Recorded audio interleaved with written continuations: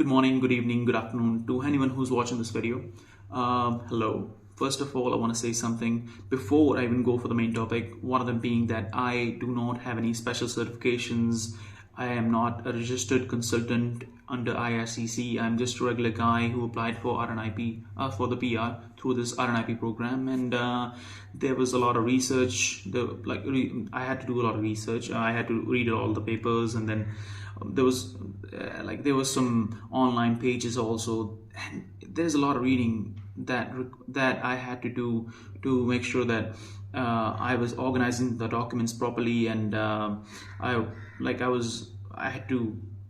I was doing this process, it took a long time, and I was like, I have already done this, and I know some things about this process, and if someone is also applying for PR through this RNIP program, then how can I make his life a bit more easy? And then so that's why I thought I should make this video. So the first thing you need to make sure that you have as an individual, that you satisfy as an individual to go through this RNIP program, is you should satisfy federal eligibility requirements. And then once you satisfy these federal requirements, then you can go to community requirements. But before you even go to community requirements, you have to make sure that you satisfy these federal requirements. Because in case if say someone satisfies those community requirements, but they're not eligible under the federal system, under the federal requirements, then the community won't accept them, because the federal requirements are needed even on the community requirement page. They say before anything else that you should satisfy federal requirements, and then you can read anything that's under that, but federal requirements are the most important. First point, work experience. In the last 3 years, you should have 1 year of work experience, which combined, no matter if it's a part-time work experience or if it's a full-time work experience, it doesn't matter. You can have, say, for example, if you have 9 months of full-time work experience, but you also include maybe, say, 3 months of part-time work experience. So 3 months part-time, 9 months full-time. You have to make sure that your combined work hours are actually more than 1,500 to 60 hours in a year. Then if you have that, then you are eligible. You satisfy the first need. Now, before actually ending this work experience topic, I want to say something else also. Now, there's going to be an exception in this topic. An exception if you were studying in the community, inside the community radius. Now, this is kind of hard to explain, but just to make it easy, say there are two candidates. One who actually wasn't in that community radius, and he came from some other place outside the community, and he wants to go into RNIP, he wants to get his PR through the process, or if someone who's coming outside Canada and he wants to get his PR through the RNIP program, he will have to take care of actually his work experience a lot more than someone who is the candidate number 2, who's studying in the community, in that community radius, in a DLI for a diploma or a degree or an associate's degree or some program which was more than 2 years. I want to mention, I would explain this a bit more later on, but let's just make 2 candidates. First, who was from outside the community. Second, who studied in the community. First, from outside the community. Second, who studied in the community. Now, both these candidates need something that is common. That is job offer. They both need job offer from an employer who has his business inside that community radius. Now, I have mentioned this community radius quite a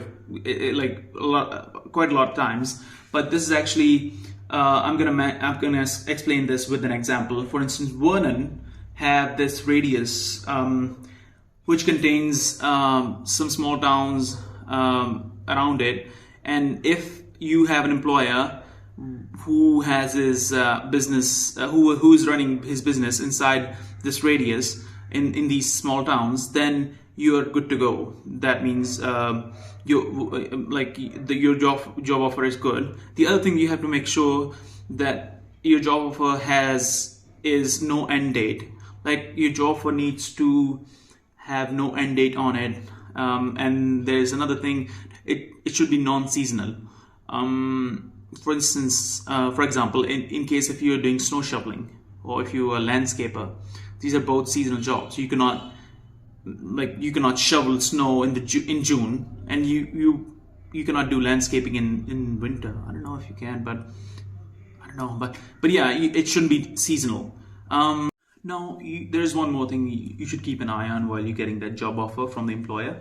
That is that your previous work experience that you have should make sense, and it should match with the current job offer that you're gonna get, and eventually you're gonna use that job offer for the RNIP application.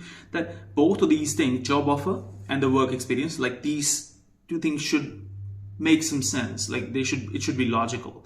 For instance, say, for example, if your previous work experience was as a manager in some firm, and your current job offer is also for a managerial job. Now, that does make sense, right? You are a manager, and then you're also going to manage in your current job, or any job that you're going to do in the future. But now, say if you were a manager and now you're getting a job offer of a construction worker, a laborer, or some factory worker. Now, these two things doesn't make sense, right? Like, your skills are actually a lot more high than what you're getting your job offer for. Like, these two things are not making any sense. Like, yeah, so yeah, there's actually this table on the federal page just to help you out. Now, there's one more thing we cannot miss, and that is satisfying the language requirement. And in order for us to satisfy this need, we can give IELTS or we can give CELPIP, and both the categories, like, it doesn't matter if you're applying through work experience or if you're applying through like if you have done studies in that community radius through a DLI. Like, both these categories needs to satisfy this IELTS. But it's actually quite easy.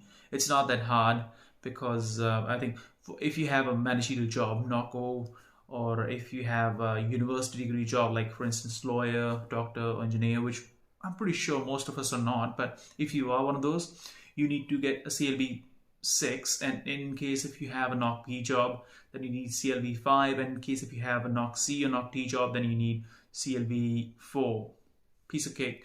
But make sure that the test is not older than 2 years. Now, after those three things, the fourth requirement or the fourth eligibility criteria is funds. Funds. How many funds do you have? How much money do you have? And if you have been working in Canada on a work permit, or if you were a student and then you got the postgraduate work permit, how much money do you need? How much money do you need to show government that you have to become eligible? None. Zero. You need to show no documents, nothing. But if you were unlucky, then you are coming in Canada from some other country, then you need to show money according to this chart, and then you need to make sure that you have enough money in your joint account, in your savings account, in investments, and this is the instructions that the government of Canada is telling anyone who's showing their funds. They're trying to make sure that you have these documents. In case if you don't have them directly in your savings account, then you can use these, and then yeah, you're good to go.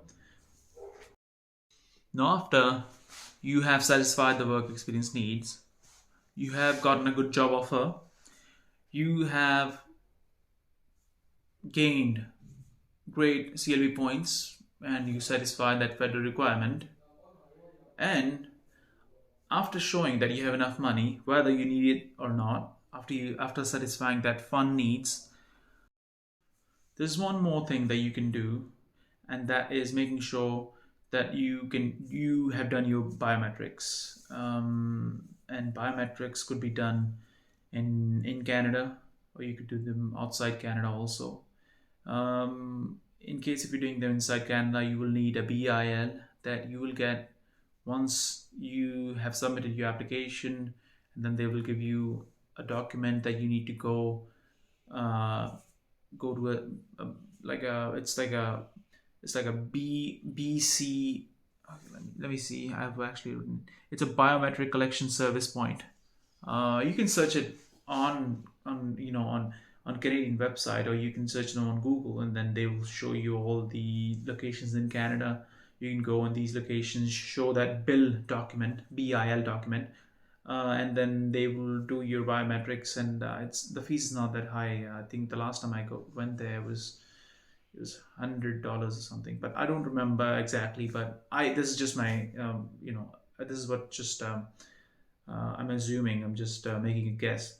Um, so far, we have talked about a person who is applying through his work experience, and he hasn't done any study in the community.